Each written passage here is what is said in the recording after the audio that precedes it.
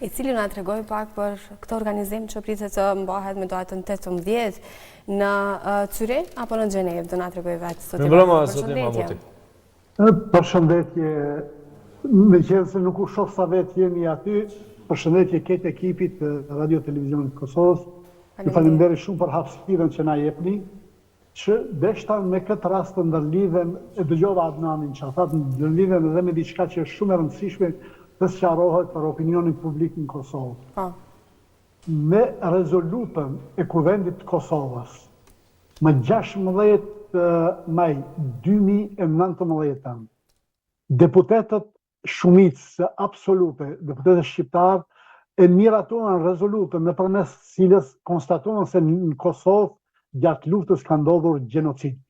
Një datë për me përcaktu si datë e gjenocidit në Kosovë është përzgjedhur 15 janari, sepse atë ditë ka ndodhur një krim monstruos, me 15 janar është vrasja e 42 civilëve të pafajshëm në Reçak, jo vetëm për shkak se u vranë 42 persona aty është përzgjedhur kjo datë, po për arsye se pikërisht ky krim i gjenocidit mobilizoi qarqet politike ndërkombëtare të angazhohen përfundimisht në përfundimin e luftës në Kosovë dhe dhënies fund kësaj politike të gjenocidit.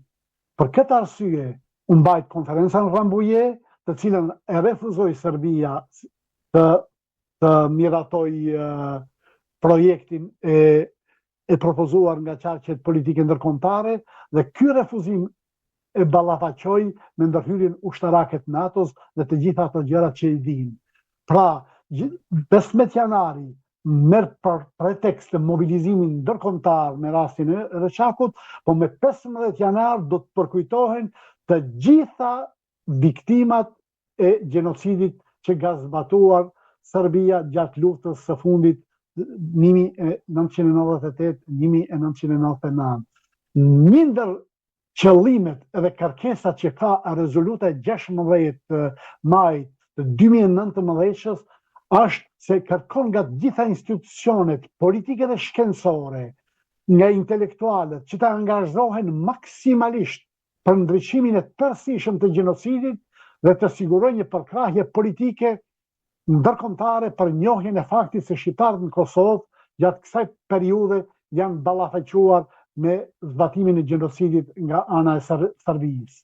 Për këtë arsye ne, një numër veprimtarësh, kemi krijuar qendrën Gjenocidi në Kosovë plagë e hapur për të sensibilizuar aq sa është e mundshme qarqet në shtetet perëndimore ku jetojmë, sepse është shumë e rëndësishme të komunikojmë me këto qarqe që ta bëjmë të njohur atë që kemi përjetuar.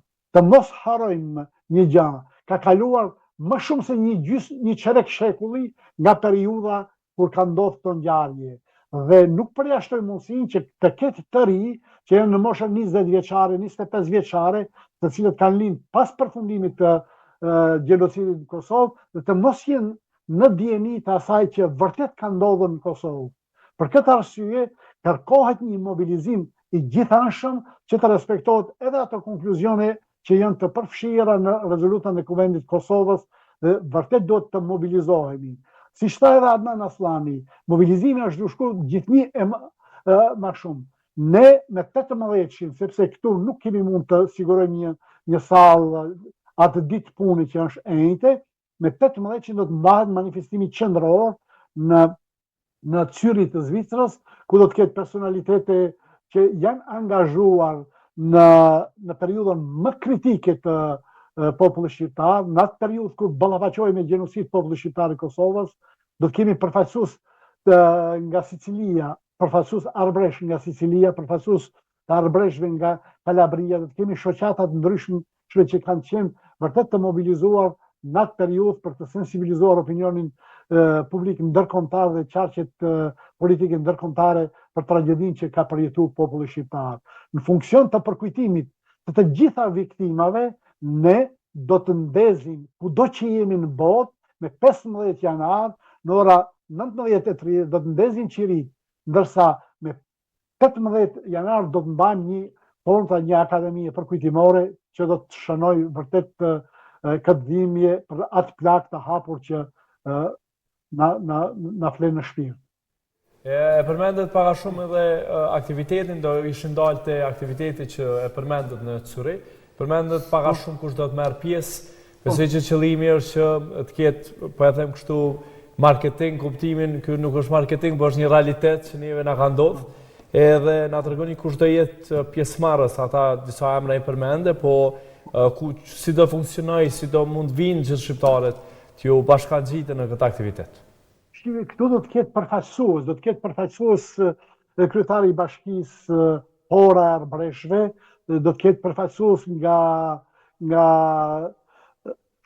shoqatat që përfaqëson Antoni Juvellushi, që ka dhënë një kontribut të jashtëzakonshëm gjatë luftës në Kosovë, ku mediat në atë kohë kanë dhënë fjalën e tyre dhe si klerik i Arbreshve me influencë në atë kohë ka pasur ndikim në qarqet politike italiane që vërtet luajë edhe Italia rolin e vet në kuadër të NATO-s. Do të ketë edhe shoqata shqiptarësh të cilët kanë manifestuar një mbështetje të fuqishme për qendrën gjenocidin në Kosovë, që do të mlidhi me të gjithë, nuk do të jetë ndonjë, domethënë,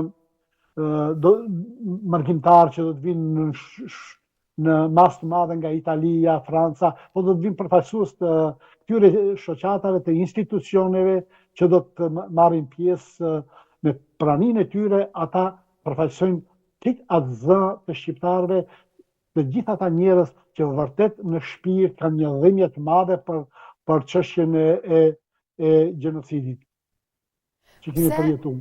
Pse keni vendosur që këtë të bëjmë ta mbani në Zvicër, dhe a ishte vështirë me u organizu, me u planifiku, me u bë gati për me prit përfaqësues, siç përmendet që do të jenë me 18 atje? Duke ju falenderuar të gjithë mbështetësve, donatorëve që mbështesin aktivitetin e qendrës, ne kemi arritë që vërtet ta organizojmë këtë tubim dhe të ftojmë edhe mysafirë. Pa mbështetjen financiare të margjintarëve, të cilët gjithmonë kanë treguar një solidaritet të jashtëzakonshëm kur duhet të mobilizohemi rreth çështjeve vërtet që janë me rëndësi shumë të madhe për kombin tonë, më thënë, ne mund të bëjmë një aktivitet, sepse nga institucionet shtetënore asnjëherë nuk kemi pas ndonjë ndihmë financiare ose diçka, më thënë, një mbështetje janë pikërisht veprimtarët e moshëm, advetar që janë dëshmuar në gjitha etapat e këtij çerrekshkulli që kemi kalu së bashku dhe me ndihmën e tyre kemi arritë të bëjmë. Shpresoj që së paku do jetë një manifestim dinjitos, ashtu si që meritojnë ti përkujtojnë viktimat e gjenocidit. Zoti Mahmuti, sa është e rëndësishme këto vazhdën e këtyre aktiviteteve që me të vërtetë të përkujtohet çdo vit, sidomos duke ditë që jeni në Mërgat, sa është e rëndësishme edhe tek memoria kolektive të shqiptarëve tanë që i kemi atje. Është me rëndësi të sqarojmë për teleshikuesit disa gjëra. Çështja e gjenocidit është një çështje që u përket tërë njerëzimit, sepse këto akte kriminale synojnë të shkatrojnë atë që e bën të njerëzishmen në çdo qenie njerëzore. Duke synuar shkatrimin e shqiptarëve si grup i veçantë etnik, kombëtar, racial apo fetal i ndryshëm prej serbëve, ata kanë godit tërë njerëzimin. Dhe për këtë arsye, jo vetëm shqiptarët që janë jashtë, jo vetëm shqiptarët që janë në Kosovë, në viset e veta shqiptare, në Maqedoni, në pjesën e Luginës të Preshevës apo në Shqipëri, po kudo qofshin në botë, ata duhet të ndinë si obligim këtë solidaritet sepse nuk është një çështje që duhet harohet. Ne do të kërkojmë nga të gjitha qendrat në botë që të njihet ky gjenocid. Po marr një shembull si duhet veprojnë edhe shqiptarët. Armenët kanë përjetuar një gjenocid të rëndë në fillim të shekullit të 19, në vitin 2015. 50 vjet nuk i ka dëgju kërkush lidhmat e këtij populli të mbjetuarve të këtij gjenocidi. rezoluta e parë që njeh vuajtjet e popullit armen gjatë periudhës otomane, është rezoluta në Amerikën Latine, atje ku janë begdis gjithkund në 4 anë të botës, është rezoluta e parë 1965, 50 vjetë më vonë. Ata nuk janë dalë të mbjetuarit, apo pasarësit atyre që kanë linë, vazhdimisht kanë ngritë zërin që të mos lehet në heshtje çështja e gjenocidit që kanë përjetu. Dhe kur është kremtu 100 vjetori i krimit të gjenocidit ndaj armenëve, kemi mbi 100 rezoluta në botë që njohin shtetet e saktuara, qofshin kongrese, parlamente, personalitete fuqishme të shteteve PSHBA dhe parlamentit evropian, mos t'i përmendit gjitha emrat.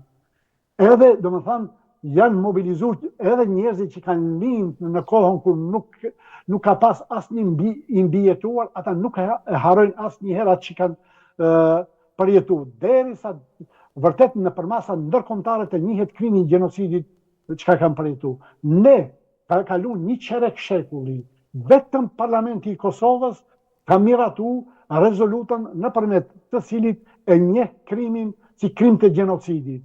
Kemi punë jashtëzakonisht madhe, kudo qoftë në botë, të lidhemi në strukturat shtetnore, në strukturat e shoqërisë civile, në vendet ku jemi, dhe të dëshmojmë vërtet me argumentet e pakontestueshme që i posedojmë, se populli shqiptar ka përjetuar gjenocidin. Kjo është tepër e rëndësishme në rrafshin politik, dhe është ndër çështjet më të rëndësishme politike që e ka Kosova. Për çfarë arsye? Të gjithë ata që kanë mund të përcjellin debatet që janë zhvilluar në Këshillin e Sigurimit, kur është miratu, kur u diskutohet për planin e Ahtisarit, të gjithë ata shtete që mbështetnin pavarësinë e Kosovës, bazoheshin në një fakt. Serbia ka kryer krime në Kosovë dhe shqiptarët më nuk mund të jetojnë në shtetin e Serbisë. Argumenti i vetëm që ka qenë ke bërë krime, ke hup të drejtën që në një periudhë saktuar Kosova ka qenë në sovranitetin edhe jurisdiksionin e Serbisë. Kërkush nuk e përmend këtë drejtën historike apo të drejtat tjera. Është çështja e krimit që peshonte mbi Serbinë. Imagjinoni, sikur të njihej krimi i gjenocidit që ka përjetuar populli shqiptar i Kosovës pe Serbisë, Serbia 100.000 vjet me pas që të kemi shtet, ma nuk mund të pretendoje asnjëherë të kthehet në Kosovë. Andra e Serbisë do të kishte përfunduar një herë e përgjithmonë. Për këtë arsye, krahas problemeve të ndryshme që ka Kosova, që duhet të jepet përgjigje urgjente, çështja politike në raport me Serbinë është njohja e gjenocidit, sepse njohja e gjenocidit do të jepte fund një herë e përgjithmonë asaj çështje që thonë se ende nuk ka përfunduar dialogu me Serbinë. Këtu, në aspektin e çështjes së statusit, do të kishte një herë e përgjithmonë çështje e kryer. Zoti Mamuti, faleminderit shumë për i gjitha informacionet rreth tubimit që do të keni në Zvicër, por gjithashtu edhe për rikujtimin e asaj çfarë duhet bëjmë ne si shoqëri, si shtet në atë që të mos harrohet ajo çfarë ka ndodhur në Kosovë. Sigurisht, siç e thash edhe më herët, edhe Radio Televizioni i Kosovës solidarizohet me gjitha familjet që janë të prekura nga rastet e ndryshme të cilat kanë bërë që sot të flasim për gjenocid në Kosovë, dhe sigurisht do ta përkrojmë edhe do ta ndjekim edhe nga afër tubimin edhe në Zvicër. Faleminderit për hapësirën që RTK dhe media tjera i kanë dhënë në aktiviteteve tona, sepse nuk janë aktivitete të qendrës, nuk është simbol i qendrës, çështja e simbolit gjenocidit na përket të gjithëve, të gjithë ata që kanë në shpirt edhe që bashkëvuajnë me familjarët që ka me mia njerëz që ende nuk i din ku i kanë ta afërmit e vet. Një kujtim për atë e meriton. Ju faleminderit shumë. Faleminderit shumë, të mirat. Të nderuar shikues, tashmë është koha për një mysafir tjetër.